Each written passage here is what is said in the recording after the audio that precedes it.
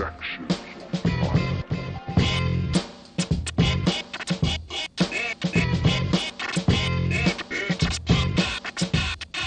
Martine Studios in New York, your trending topic TV show.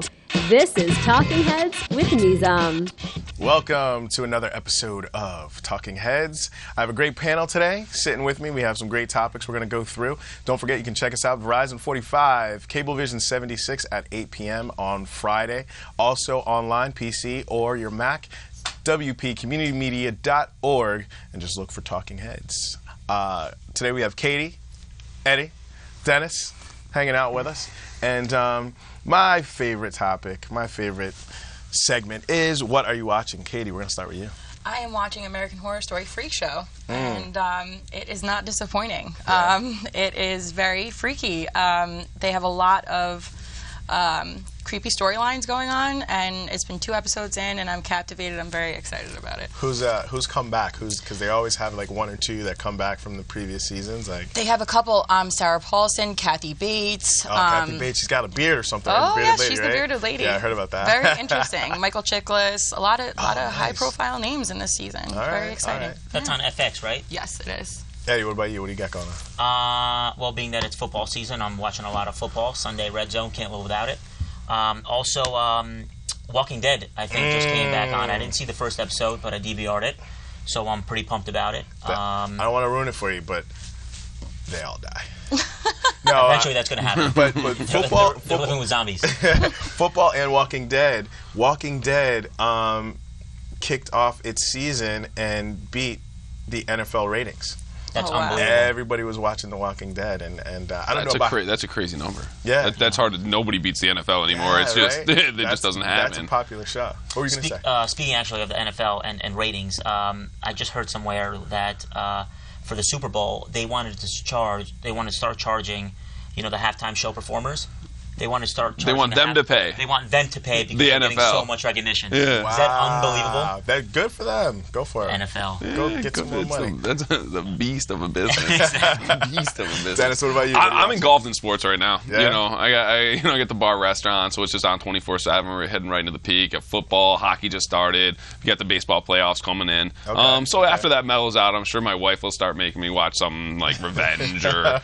Revenge is good, man. No, Revenge is good. I don't know about the new season is going up now. Like the dad's back, and he's gonna almost killed her. I'm like, this is just getting a little crazy for me. I don't know. His wife watched Revenge. It's probably true. I like to blame all my housewives fetish too. I like to push off on her. I'm like, she makes me watch the New Jersey Housewives. Yeah, man. The Judices. Yeah, went to jail. What a scumbag that guy is. I'm sorry. Like, your wife is going to go to jail. It's when you fall on your sword and you take the hit for your wife. Exactly. You go, listen, leave my wife alone. I'll do the 3 years. Leave my wife out of it. I'll do 5 years. I'll do her time. I'll do anything you want. We won't fight you. I'll just take a guilty plea and I'll go. Instead, you're going to make your wife go to jail. That's unbelievable. Go first, too. Yes, go first. I mean, I don't even know what's more chivalrous. You let your wife go first, or you go first. Like I don't know. Scumbag, bro. Bad. Scumbag. I'm surprised he didn't throw his kids under the bus as well. Yeah, he's like the 12-year-old didn't report any of that modeling income, man. Yeah, exactly, right? Oh man. Well, let's move forward here. I know you guys have heard about the clowns. Eddie, we're going to start with you. These clowns out in San Joaquin Valley, California. What's your take, man? How do you feel about these crazy clowns? So when I first heard about them, I mean, it's pretty comical. You have, they're pretty much kids because they just arrested a 14-year-old, and they couldn't charge him because he didn't have any weapons on him. But they're arresting, children basically for wearing clown costumes, walking around. At first, I think it's pretty funny because if you see somebody, you're like, holy shit, that guy has a clown outfit on with balloons walking around down the street. I'd be like, what's that guy doing? And he's crazy. He's out of his mind. But then again, if you see, a bunch of people with clown costumes, and they could be getting into some mischief. Because they could be carrying weapons. It might not be a 14-year-old. It might be a man-child under there with AK-47 or something. But that's the problem. You don't know who's under there, and that to me is the the underlying issue here. If I'm walking down the street, I don't like clowns to begin with. I find them to be very unsettling. But if you're walking down the street, if I'm on my way home from work in New York City and I see a clown holding balloons just standing there staring at me, I'm going to be very worried and upset. And I'm probably going to, call my dad and make sure I get home safe. I just think that you don't know who's under there. And I think, precautionary, measures by the police, I think that's probably a good. Well, it doesn't help that they're not like smiley, happy clowns. Exactly. It's not like a happy clown. That's not going on. I mean, it's like a group of juggalos. I don't know. It's like ICP's going crazy. A Wasco clown. Check them out on Twitter, man. Guy's pretty cool. Yeah. They're creepy clowns. And I think as a general rule, they said something. I read something like 1 in 3 Americans has like a general phobia of clowns. I don't think the menacing phase is helping. They're like Stephen King clowns, not like normal happy like carnival clowns. They are crazy clowns. So what I read is it stemmed from this year-long art project where there's a husband and wife and they have this clown and they go around and they take pictures with this clown holding balloons. So I think it's kind of stemmed off that. It's Halloween, and then it's like when Keeping It Real goes wrong. It's like when Halloween when clowns go wrong or whatever. But people have been reporting them with machetes and bats and weapons and stuff like that. So it's one of those things where it can get out of control. I think they've only arrested one person, and it was that 14-year-old kid who was just chasing some people around a park. He was like, ah! At 14, I think I might have done that as well. Oh, I definitely would have. Absolutely. It's pretty comical, but I can't see it going any further than that. I think the California authorities are trying to arrest anybody that's wearing a clown costume now. Which is really absurd I think it might also be the clown community. They're dwindling in numbers, and now this American Horror Story Freak Show came out. Did you just say the clown community is dwindling in numbers? Yes. Did you do a study about enrollment at clown college? I read that their numbers are dwindling. They were like 3,900 registered in the United States, and now there's only 2,500, so they're dwindling. Wow, you put way more into this topic. Oh, yes. I was very interested in clowns because the American Horror Story. I think they're getting very upset. Endangered species of the clown. Yeah. I want them federally protected now. That's it. Yes. That's a great segue. Speaking of the government, I'm sorry about the clown and the clown community. We apologize. We support you. All right, so the latest thing here is AIG shareholders. They're very upset with how the government kind of stepped in, bailed AIG out, and then messed up their money or whatever. And they're filing a lawsuit. What's your take on this, Dennis? Yeah, so there's a guy, look him up. His name's Hank Greenberg, super scumbag. Ex-chairman of AIG. Really, really nice guy. Decided that the government didn't cut him a good enough shake, taking 80% of the company when the company would have hence went bankrupt and his shares would have been worth zero, instead of just being diluted to the point where he got to make a few million instead of the 25 billion he's now suing the government for. Really nice guy. Way to go, baby. Keep it up. Reinforcing the American dream, and reinforcing everybody's faith in Wall Street. Dude, you guys are awesome. Keep it up. Yeah. What about you, Kay? How do you feel about it? I just think it's ridiculous. I mean, you're going from, you could have gotten absolutely nothing if you weren't bailed out, and now you're complaining that you didn't get enough. I just think it's ridiculous. It's almost as ridiculous as me spilling a hot cup of coffee on myself and suing McDonald's for $13 billion. Unfortunately, they won though, but which is the scary part, because this guy might actually come away with some cash. His argument is that they should have just given him a better deal on a loan rather than bailing him out when they couldn't get mony from private equity. That's part of it. The other part of that is that supposedly AIG got the worst deal out of everybody who was bailed out. But they were the biggest offender. They're the biggest offender, and they're not a bank. They are an insurance company who was insuring unsecured debt that shouldn't have been secured. Right. They're calling it the mortgages, the bad mortgages. They're calling it A+ mortgage or a buyer when they were in fact like a C. Right. So when you insure bad debt. You were breaking the rule. They were breaking the rules in the first place. Insurance companies have to keep certain amounts of cash aside to cover the evidence of a future loss. Like it's just part of insurance. If I'm insuring somebody for $1 million or 20 people for $1 million, I have to have some money set aside just in case, a hurricane comes through or, global financial collapse and I stop paying my mortgage. It could happen. Right. You have to have that there. They were breaking the rules, And what's really bad is Hank Greenberg was the former chief executive at AIG, so he had to know what was going on. He accepted the deal. The AIG accepted the deal. Yeah. And the shareholders didn't. So I hate to say this, but I feel like the shareholders there's a little smoke there because the shareholders didn't get to vote on whether or not to take this deal. Some of the profits that were made under the government reign were kind of funneled to other companies. So I feel like there's a little bit here. Did they break the law? That's my thing. It's the just compensation. Yeah, thing. no.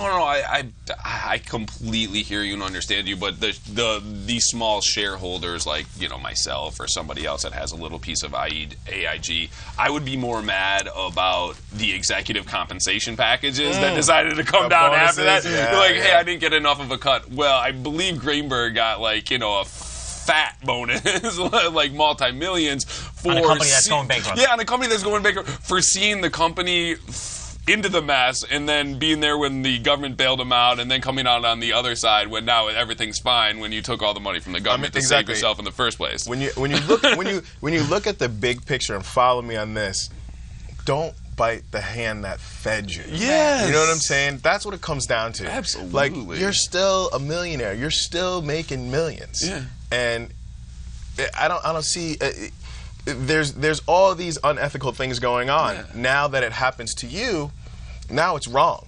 Yeah. When you were doing it to everybody else. Yeah, it's fine, The people who got hurt would have been people like you and I who had, 1,000 shares of AIG and I had mine diluted down to 20%. Exactly. Like that hurts. It doesn't hurt him. He's, you have millionaires and billionaires complaining about millions and billions. Exactly. It's terrible. They originally got, I think, like $89 billion for 79% of the company. And then it ended up being, I think, $128 billion. Mm-hmm. And then so I think the government took like 92% of the business of the company, which the company is worth nothing. So if you're going to come in as a bank, if I was a private equity investor and I came in and bailed out my company, I'd expect that same thing. So and you've agreed to those terms. Either you shut the business down or you allow me to bail out. You still make your money or you still make something of it, and then it's a win-win. It's shareholders beware. Yeah. You know what I'm saying? Like, hey, you can have zero or you still make a couple million. You can have something. I'll take a couple million. Yeah. That would be nice. To stack. One is better than zero. Exactly. I got a 3-year-old at home that knows that. She'd rather have one cookie than no cookies. Exactly. Count your cookies, millionaires. Come on. All right, let's move on. We have Susan Mellen. She was living out in California. She was accused of murdering her transient boyfriend or something to that effect. She was put in jail with a life sentence, and she was there for 17 years for murder, and she just got released because they said she's innocent. Katie, what's your take? Well, I read a little bit about this, and they based their decision as the jury on one woman's testimony. And I read that her sister, who is also a police officer in that town, said that, listen, my sister, who you base this off of, is a complete and total liar. So I don't know why you based your decision on this woman's fate on just the testimony of one woman who wasn't even there. So to me, I'm happy that she's out. I heard she hugged her grandchild for the first time, which is like heartbreaking. So our justice system, it isn't perfect. I'm happy this time.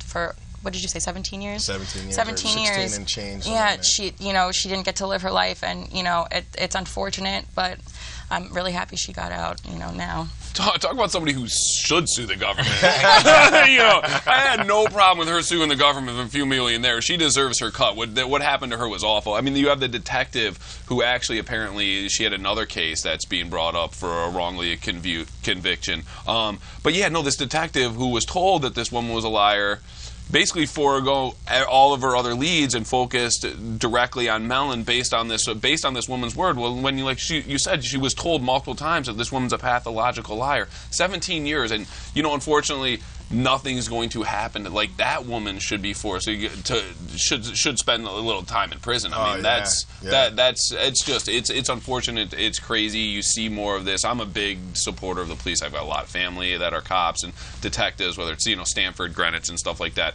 And I think unfortunately you're seeing a lot of piling on, and the cops getting a really bad name right now with a lot of stuff that's going on in the media. And unfortunately, instances like this where you have a detective that clearly has multiple times has ignored protocol and things like that, and a woman spent 17 years in prison for it, and they're going to get some heat for it, and unfortunately, rightfully so. Yeah, that's unfortunate. But fortunately, she is out, and the judge threw away the case and ruled that the fact that there was no evidence to put her in there other than that one woman.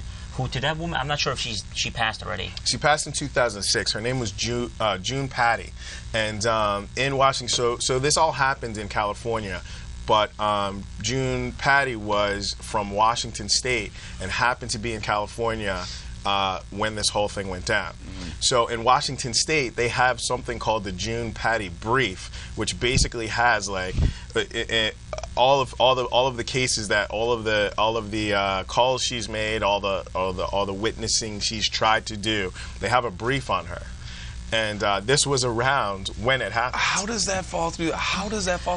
And it's unfortunate, and one of the real travesties here is that she didn't have enough money to afford a good attorney, or her attorney was clearly asleep at the wheel. I read some of that where he didn't cross-examine some of the witnesses, didn't know how to take care of Patty. Like, this is something that he wasn't a criminal lawyer. He wasn't a criminal lawyer. This is something that should have taken care of. Fortunately, I have a good attorney and a little bit of cash. You know what I mean? If this ever happens to me, I would probably be okay. And unfortunately, she had some scumbag. Yeah. That right, knock on wood. She had the attorney that basically was asleep at the wheel and allowed her to go to prison for it, when with a little bit of forethought and work and maybe a little better attorney, that she probably would not have spent a day in jail. Not to mention they even had like 3 suspects that that murdered a few other people, and they caught one and ruled that he was the actual killer of her boyfriend. And he passed a polygraph like a year ago or something that said, she wasn't there. Yeah. She wasn't even around on, Right. So. Yeah, no, it's a crazy situation. Travesty of justice. Yeah. I mean, just a complete failure by the American judicial system in every way, shape, or form, from the right to counsel. And you don't just ever, you should have a right to decent counsel, not just a right to counsel. I mean, you really should. I mean, why a divorce lawyer was allowed to handle a capital murder trial is beyond me. Like, the judge should have done something about it. What was it? It was just his number was up in the public defender's office. Hey, bro, how about you? Capital murder. Let's go. We're not talking about like the 70s and 80s. This was like 17 years ago, man. This is like turn of the century. This is like late 90s. Like, you can't find a decent lawyer. Yeah. OJ got off. But again, that comes down to, it's an unfortunate the continuous conversation we've been having in this country, unfortunately, for the last 4 or 5 years, is the have and the have-nots, and the unbelievable disparity between what happens when you have money and what happens when you don't have money. Because when you have money, you walk away. You can sue the government. Yeah, you know exactly. what I'm saying? Like, if any one of us, or if the 4 of us tried to collabo up and sue the government for we'd get laughed out of court. Yeah, we'd get crushed. It'd be crazy. Not only if you have a winning case, and if you don't have the funds to fight it, you still will not win, because they can just keep it in the court system. It's just, it's part of the funding. Drain you dry. Exactly. In anything, I unfortunately ran into like a bad situation with a landlord once, and literally he was like, listen, I have more money than you. I'll keep this in court forever until you're bled dry, and at which point I'll just crush you and have a nice day. And looked at my attorney, and he was like, doesn't matter if you're right, bro. Didn't matter whether I was right, wrong, indifferent. The fact was that they had more money than I did, and it was easier for me to just walk away, because I was just never going to win. Or I was going to win, but it was going to cost me so much that I was going to lose. You know what? Another piece of this, and here's a message here for the kids. So Susan Mellen, she did smoke meth. methamphetamines, and she sold dope. I should have looked that up. I don't know what dope. I don't know what the kids are calling dope these days. Yeah, what is dope? Interchangeably, I don't know. But so Susan Mellen was kind of in that element, and I think somebody had said it earlier. You know, when you lie with dogs, you get fleas. Yeah. So message to the kids. No hope in dope. Crack is whack. Stay away. Stay away from drugs. And on that note, let's keep it moving. Let's talk about this Ebola thing. I didn't want to do it, but it's just crazy. Like all the stuff that's going on with Ebola now. Everybody's talking about it. Who wants to start on this? How are you guys feeling about the Ebola scare? I can go. Well, first of all, Ebola. It has made its way to the U.S. There actually just found a case that at Yale New Haven Hospital that somebody has Ebola, which did he test positive or negative? Last night they said he tested negative for he came out last night that he tested. He did. I heard today. Yeah, okay. My sister's up at Quinnipiac, so that's I'm a little awesome. bit of a panic tag about it. This doesn't seem to be rocket science to me. You contain. Close the borders. Yes. If you come over, you are put in a box for 21 days until you're not puking and vomiting on yourself or everybody else. There seems to be a real big breakdown. I don't know who's driving the bus over at the CDC, and I know it's not Obama's fault. I'm not trying to blame him because we can't blame him for anything. I understand. I'll blame him. I understand we can't blame him for anything he didn't know. But he came out the middle of September after he had commissioned his own study, and that basically said that there was a 25% chance of Ebola hitting the United States shores sometime in the next 6 weeks, and he got on TV and told everybody it was fine. Well, it's not fine. No, it's not fine. A guy goes to a hospital in Dallas with 103 fever, gets sent home with aspirin, antibiotics, which and then pukes all over the place. For that. Gets 2 nurses sick. The nurse calls the CDC, says she has a fever, and the CDC tells her it's fine to fly. Can you imagine? Two schools in Cleveland were shut down, clean top to bottom. The bridal store that you went into, their business is done because of the CDC. Are you going to go into a bridal store where some woman was with Ebola? I'm not going to a bridal store anytime soon. Let's just throw that on the table there. Eddie's single. My boy Eddie. My point is that this not only are the people that she was on the plane with at risk, the actual plane that she was on took 3 flights after she got off. Yeah. So now you're going from 175 to 3 times that, and it's my dad went out to Florida this week, and I'm like, my mom was like, if you get anything, you stay down there, Bob. You're not coming near the children. Now you have to worry to fly anywhere because it's just. There's another one is on a cruise ship. Yeah, the one that was handling all the specimens is locked in a room on a cruise ship. I would be locked in a room. I'd be like, oh, there's Ebola out here. I'd be like, I'm staying in here. Let me know when we get back. How is this just systematic breakdown of protocol? Why are all these? How come the first thing you do after you touch an Ebola patient is travel? What is it? Is that a side effect of the disease? You're like, hey, I got Ebola. It's time for me to take a trip. We have a picture, Keith. Do we have a picture of the clipboard man? Do we have that picture? There was I guess the nurse that was on the plane. I thought we had the picture, but the CDC guy. Yeah, all right, here it is. Look at the clipboard guy. So the clipboard guy walks up to the plane. They have her in a suit. These guys walk up in the suit, and clipboard guy says, "Hey, what are y'all doing?" And rolls up. It's like this is the stupidity of America. There was a doctor. Where was she? Anyways, I don't remember when it was, but there was a doctor who was quarantined who came in contact with the cameraman who Nancy Snyderman. Snyderman, yes. Oh, it's so funny because NBC's blown them up, and they're not saying anything about their head medical doctor for NBC decided she just felt like going out to grab some to-go food, and she just broke quarantine to go. She's like, well, I'm a doctor. I'm smart enough to know whether or not I'm sick. What? Yeah, exactly. It's like just the stupidity of all these things that are going on. When somebody walks in with a fever, the arrogance of these people. It's funny. Ebola's not airborne, by the way. Well, okay. Well, that's what they say. But they say, everybody's like, well, if you didn't come in contact with sweat, hey, how you doing? You want to shake hands? Because you know what I mean? Because that's sweat, and then you go like this, and you touch your eye, and that's it. And granted, I understand it's a lot harder to contract than I don't know, the Black Plague. I mean, I don't know who has any experience with that, but it's crazy. Like you have the scary part is there was an Algerian American citizen. His name was Patrick Swazi or something like that. Anyway, he ended up getting Ebola, and I knew he had Ebola. Wanted to get out of the country that he was in, traveled to Nigeria. with a fever, sick, infected 11 people, killed 8 of them because of no other reason than selfish self-preservation. He was like, the medical care here is inferior, and I don't care what happens to anybody else, but I'm going to get out of this country and go somewhere that has better medical care. Well, that's how that started in America. Yeah, now. no, exactly. And that was clearly, that's what scares me, because listen, it's self-preservation. Yeah. Listen, if I was in West Africa and I knew I had a better chance of living if I could get to Georgia and see my wife and kids again, I don't necessarily know the decision that I would make, and that's a reality, and we can't treat that like it's no big deal. But once Thomas Eric Duncan came, once we kind of realized that, just him alone, not the nurses, just him alone, and this was back in September.